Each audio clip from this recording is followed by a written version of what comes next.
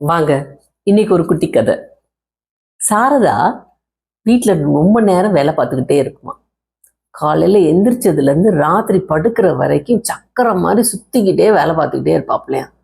சாப்பிட்ற டைம் இல்லை, டீ சாப்பிட்றதுக்கு டைம் இல்லை, எதுவும் இல்லாமல் வேலை பார்த்துக்கிட்டே இருப்பாப்லையா. ஒரு நாள் இப்படியே வேலை பார்த்துக்கிட்டே இருந்தோடனே வெறுத்து போய் ரொம்ப டயர்டாக இருக்கே அப்படின்னு வெளியில் வந்து வாசலில் உட்காரும்போது ஒரு பாட்டி இதை பார்த்துக்கிட்டே இருந்தாங்களாம். பார்த்துட்டு பக்கத்தில் வந்து, என்னம்மா இன்னைக்கு தான் உன்னை வெளியிலே பார்க்குறேன் அப்படின்னு சொன்னப்ப சாரதா சொன்னாப்லையா, நான் வாழ்க்கையை வெறுத்துட்டேம்மா, காலையிலேருந்து ராத்திரி வரை வேலை பார்த்துக்கிட்டே தான் இருக்கிறேன் ஒழிய எனக்கு வேலை முடிஞ்ச பாட காணா, ஆனால் இன்னமும் வேலை இருக்குன்னு தான் நான் மனசு ஓடுது அப்படின்னாப்லையா. அப்போ பாட்டி சொன்னாங்க, கொஞ்சம் பொறு அப்படின்னு அவங்க வீட்டுக்குள்ளே போய் ஒரு சின்னதாக கப்பில் டீயை ஊற்றி எடுத்துகிட்டு வந்தாங்களாம். எடுத்துகிட்டு வந்து இவங்கள்ட்ட கொடுத்து, இதை மெதுவாக குடிமா அப்படின்னு சொன்னாங்களாம். டீ குடிக்க கூட நேரம் இல்லைன்னு சொல்லியிருக்கேன் பாட்டி, இப்போ நான் உட்காந்த நேரம் கூட நான் ஒரு வேலையை முடிச்சிருப்பேன், உங்களுக்காண்டி தான் நான் இப்படி உட்காந்துருக்கேன் அப்படின்னு சொன்னாப்லையா. பாட்டி சொன்னாப்லையா, இதனால ஒன்றும் தப்பு இல்லை, நீ இந்த டீயை சாப்பிடுமா அப்படின்னாப்லையா. நான் டீ சாப்பிடவே நேரம் இல்லைன்னு சொல்கிறேன் பாட்டி அப்படின்னு திருப்பி சொன்னாங்களாம்.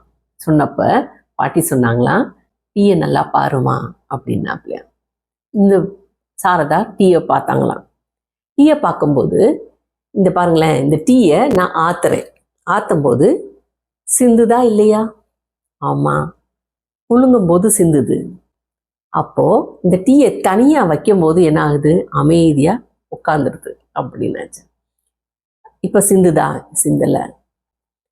இதுலேருந்து என்ன தெரியுதுன்னா, நம்மளுடைய வேகத்தில் நம்ம நேரத்தை ஒதுக்கணும். என்ன நேரத்தை ஒதுக்கணும்? ஒரு அமைதியான நேரத்தை ஒதுக்கணும். ஒதுக்குனோம்னா இன்னும் நல்லா வேலை செய்யலாம். நம்ம நிறைய வேலை செய்கிறனால டயர்டெல்லாம் ஆக மாட்டோம்.